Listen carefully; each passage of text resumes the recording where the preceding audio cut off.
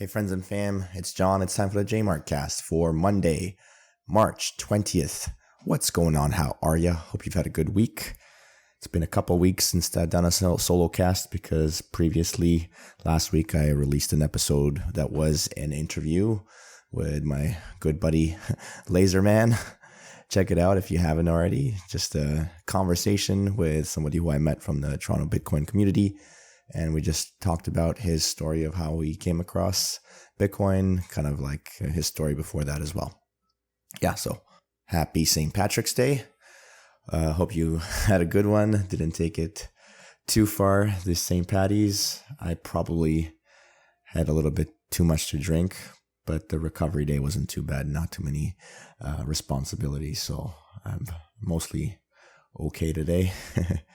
So anyways, because I guess last week I released that interview episode, I didn't get a chance to talk about what happened over the weekend prior to that, which was the 3 banks in the United States failing. Yeah, it's kind of crazy. The second largest bank failure in U.S. history. And it was 2 at first, and then that was on a Friday, and then banks closed over the weekend, and then on Sunday there was a third one as well. They're called the Silvergate, Silicon Valley Bank, and Signature.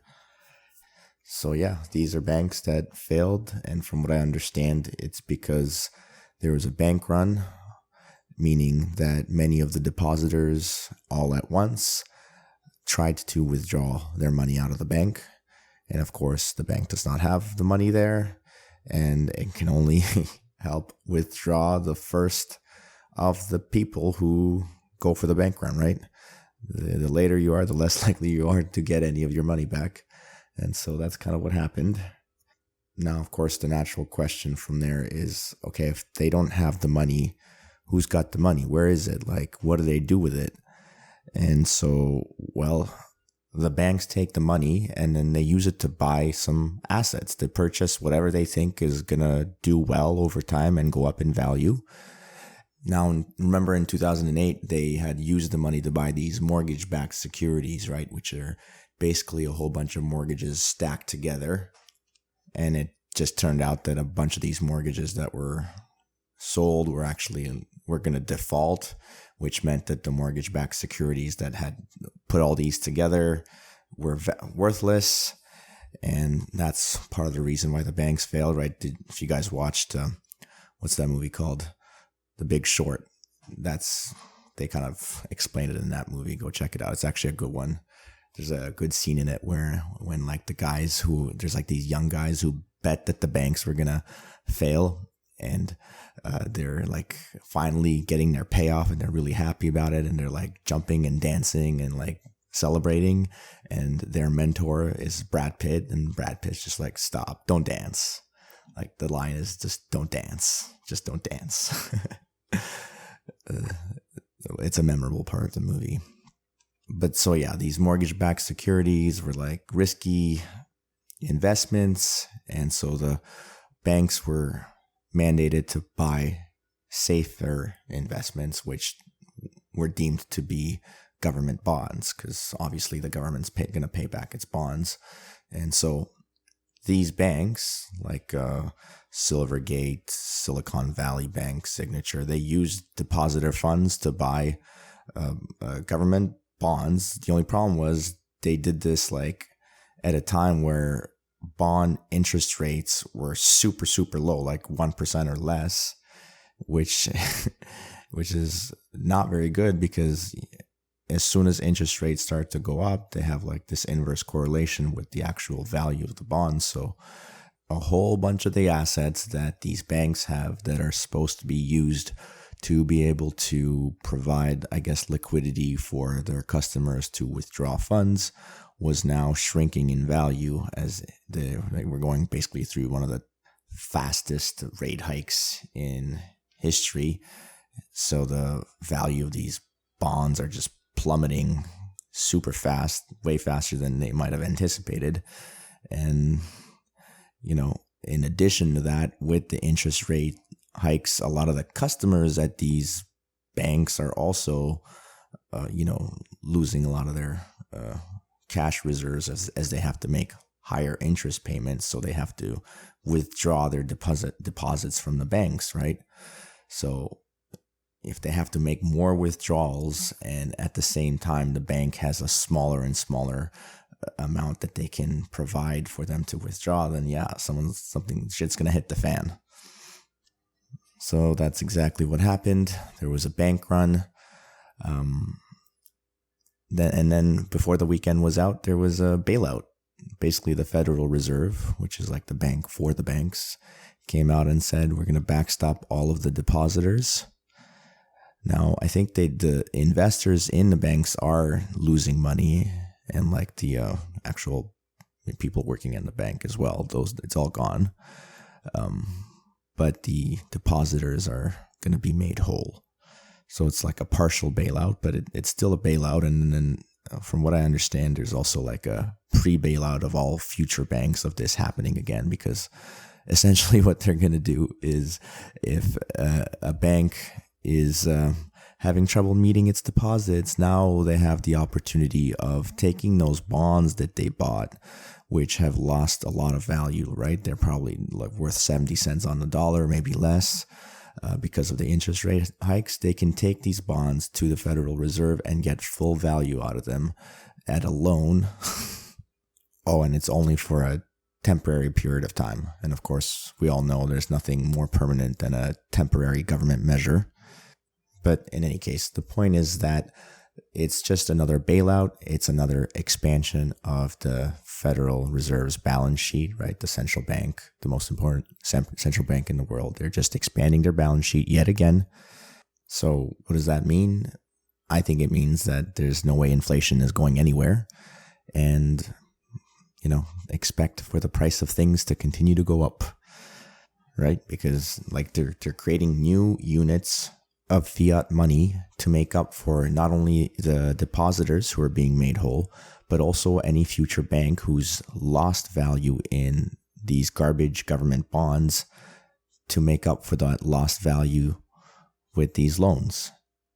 So now it's basically okay for banks to buy as much government debt as possible because they're always going to be made whole, and no matter how much the value goes down, it doesn't matter. And so all these new units are just diluting any fiat money units that you and I might have. And that's why this stupid system sucks, and there's no better example or better way for someone to explain why Bitcoin is important and why you should consider owning some. There's two clear problems here that you can see, right? Like the first problem is that you have to take your money and deposit it into a bank because it's hard for you to hold on to it securely, right? You're just trusting the bank to hold on to it and not lose it and not let somebody else steal it. These are important features that a bank provides that are good. And so that's why we use them. But then we have to trust them not to mess with it, right? Like they just take it and buy this garbage debt with it, and then boom, it goes to nothing because, these people at these central banks are playing games, and now your money's gone. So Bitcoin is better because there is no third party. Even though it's digital, you can hold it yourself without the need of anybody because it's based on math. And the other problem with this whole thing that happened is the solution for it, right? The solution is to print more money, make new units, make up for the lost ones. But what's the problem with that now is that, like I already said, all the rest of us regular people suffer for it because our units are diluted with all these new ones. Well, that doesn't happen with Bitcoin because there's 21 million only, and it's absolute scarcity. So no one's going to bail anybody out when it comes to Bitcoin, and there's never going to be more units created. So your stuff is always the same amount. No one can steal from you through inflation. These are two very important problems. The problem of third parties that are not trustworthy, and the problem of central bankers and central points of authority using that and abusing their authority to steal from the rest of us by inflating the supply of money. Even children understand that we need to have scarcity when we're talking about money. Money needs to be scarce. If it is not, then it is worthless. I mean, am I crazy for saying that? Maybe. But so Bitcoin's been responding fairly well from this whole thing. Initially, as we heard the news of the banks failing, the price of it dipped to like 20,000, and then since then it's been going up to now it's at 27,000. Speaking of which, let's do a Bitcoin update. Block height 781,596. Price of one Bitcoin trading at $27,716 US. That is $1 will buy you 3,610 Satoshis. Remember, Satoshis are the smallest subunit of a Bitcoin. One Bitcoin subdivides 100 million times. And by the way, huge thanks goes out to a few people who've sent me some sats, some Bitcoin through the Fountain app for the podcast. Thank you so much. I've had 3 people send me boosts. The first one was actually a friend of mine who I sent the sats to. And then he sent it back to me. And so appreciate that. I did make that call and said, if anyone's interested, I will send you sats. And actually, I did a post on Twitter, and I ended up giving out 4,000 sats to 5 random people who replied to my post. In addition to my buddy, who, of those 5 people, nobody sent me sats, but my buddy sent it all back to me. And then in addition to my buddy, I had one from Reesar, Reesar. They say, nice to see fellow plebs being interviewed. Great to hear Laserman's story. So this was a boost for last week's episode where I interviewed Laserman. Check it out. And then for that same podcast episode, I got another boost from @BreakingToxic. They say, well done, brother. Keep on keeping on. Thank you, Breaking Toxic. Appreciate the sats. Appreciate the words. Same to you, Reesar. Appreciate both of you. And my buddy Greg. Love you, bud. Thanks for sending me sats. All right, so this week I'm going to talk about private keys in Bitcoin, and I'm going to refer to learnmeabitcoin.com for assistance to help me talk a little bit more clearly about it. So, of course, you've heard of Bitcoin. You might have also heard of crypto. Now, nowadays, when people talk about crypto, what they're talking about is that all those other coins besides Bitcoin that are being traded all the time and the price of which goes up and down, which do not have the same utility as Bitcoin, and most people who are seriously into Bitcoin call those shit coins.